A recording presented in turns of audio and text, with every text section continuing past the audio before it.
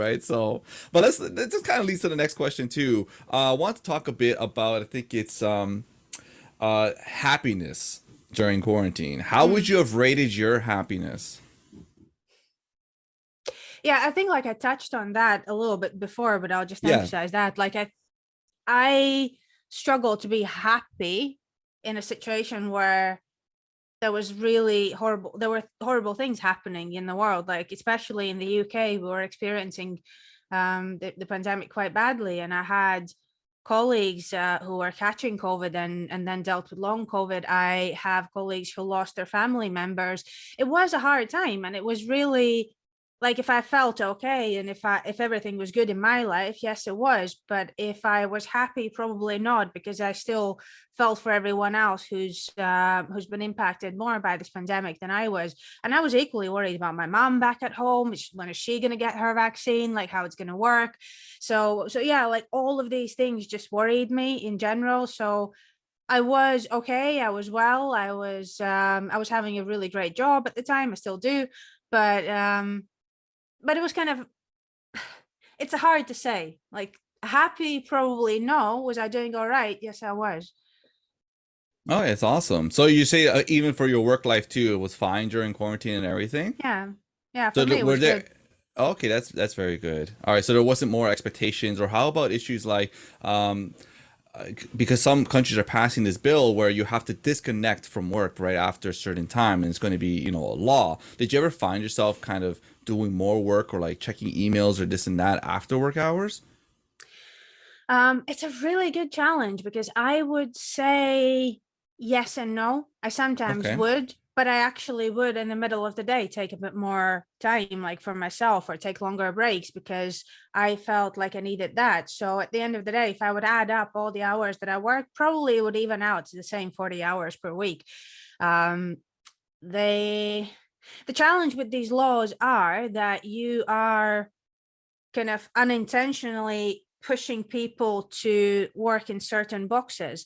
But imagine again, like working parents, they probably need more of that leeway with their work-life balance to be able to bring their kids to school or kindergarten, pick them up, and maybe spend some time with them. And that's why they do use emails maybe at 10 p.m. in the night once they've put the kids to bed. I think we should also hold ourselves responsible to not look at our work emails past a certain time, but we also should allow people to probably send them when they can. And that is that flexible working, that is allowing everyone to do their best.